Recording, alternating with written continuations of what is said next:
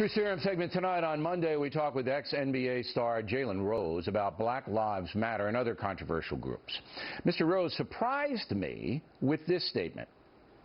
Did you know every 28 hours, a black man, woman, or child is murdered by police and or vigilante law officials?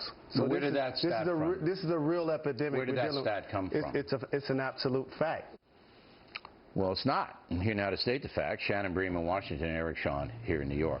So this came from our pal Marc Lamont Hill, right? That's who first said it, I think, in my initial research at CNN. Where do they get in this? Of course it's not true. I mean, it's all over the place. It's on social media. It's on hashtag. It comes from this study. This is a study by the Malcolm X Grassroots Movement back in 2013. The Malcolm X Grassroots Movement. They say that the police in minority communities are an occupying army and that there's a war on black people in our country. Okay. And this study is called Operation Ghetto Storm. So they put together 313 people that they say were killed by police, by security guards, or vigilantes. So if you divide 313 into the number of hours in a year, 8,760 you get every 28 hours. But Bill, you know there are unarmed cases of people who are killed by police that are tragic and unjustified. But they throw everybody in.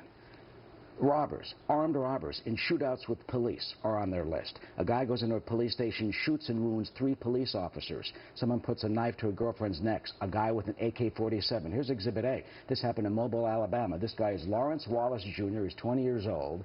He's arrested. He stabs to death a police officer, steals the cruiser, gets into a shootout with another officer, wounds the other officer, and he's on their list. Guess who he killed? Stephen Green. All right. So whoever did this study in Malcolm X grievance, well, you know, they're not looking for the truth. They lumped in violent criminals, suicides, everything else. They lumped in car crashes. You know, if a police cruiser accidentally kills and then it gets spit out by social media. It gets picked up by a guy like Marc Lamont Hill, who says it on CNN. Then Jalen Rose, who's a good guy, he hears it. And then he brings it onto the Factor, and then but you're lucky. This is why you get paid. Then I have to give it to you, who has to now bring the truth out and tell the folks what it's all about. Okay, I mean, that's what we have to do here, but this internet makes it easier to distort and to put stuff out that's simply not true. It's unbelievable.